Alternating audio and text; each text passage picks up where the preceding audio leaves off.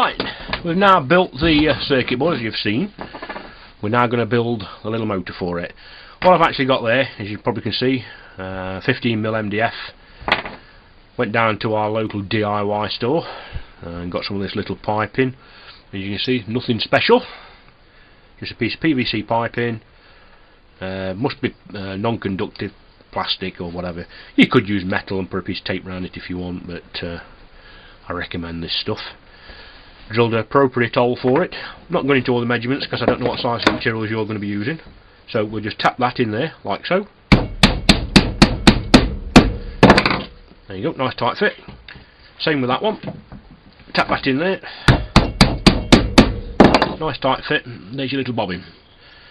So we'll just pause there, and I'm going to put 4 little nails in there to put the tappings on. As you can see, I've just pulled that back off just to put the 4 nails in. I'm actually going to shorten those nails. You can see that little tacks. They are brass actually, not I suppose steel one was work, just I happen to have brass ones in stock. So just trim down, put it back on your coil. Like I said, you can super glue them in place if you want. The next thing we're going to deal with is the core. Right, for the core, a little bit that's going to go inside there, is we're going to use this stuff. Now, I've heard people call it welding rod. Well, to England, most welding rods have got like a coating on them that we use for arc welder. This is actually, when they're referring to that, this is what they're referring to. This is actually welding rod for gas oxyacetylene. Right, how do we do it? Set up a little jig like that for the length that you want, so measure the length of your coil on there for the length of the actual units you want them to go.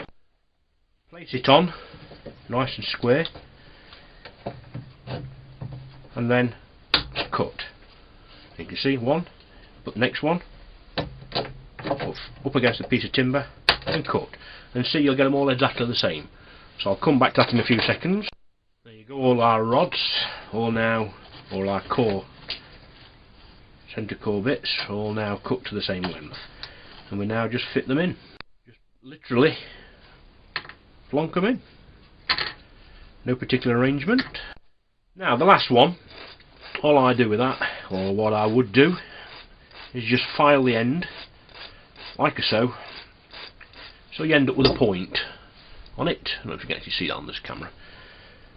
Bang it in the centre, get your little tapping stick, and literally drive it in as though you would a nail. Tap the whole thing square, like so. And there you have it. Notice on this one I've gone sticking out about 2.5mm. It's just so you can get a bit closer at actually smacking the side of the coil. That's all that is. Try and make sure that's square. There's your back. Now just pour some super glue in the top and bottom, just hold them in position. Well, that's the core super glued in now. So just to quickly recap, length of the actual core centre, the plastic bit if you like, 65cm. These are actually 12cm. I thought there was 15. They're 12cm,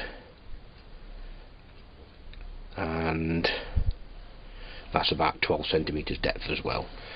The core centre itself, outer's 15cm, inner centre's 12cm. So the inner diameter of the core is 12cm. The outer diameter of the core is 15cm. And now we're going to wind 500 turns or something like that on there by filia, and I'll explain that in a few seconds. Now, to wind in the coils, we're obviously going to do a bifilia, which means 2 wires wrapped together on the same core. So if you can imagine us winding both them onto there, it'd have to be a bifilia coil, if these were coils. Right, the first one is actually a lot thinner than the Bedini calls for. I'm using this for the trigger wire. Use it in mine, it works very well. It's 0.224mm, and this one is again not the same as what Bedini calls for, so I would suggest you use what it suggests. This is actually 22 SWG, which is 0.710mm.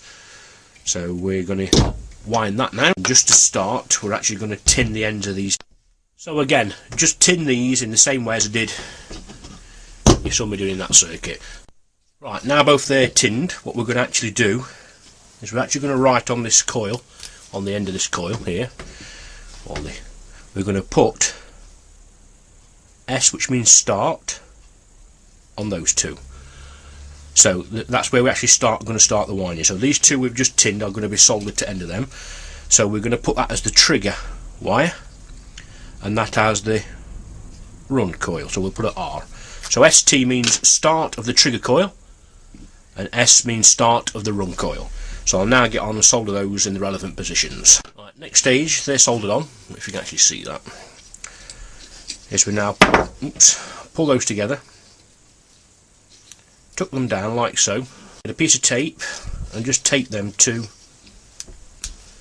where you see them. What you're going to do is wind those two together as bifilia, round, round, and just keep going until we've done X number of turns.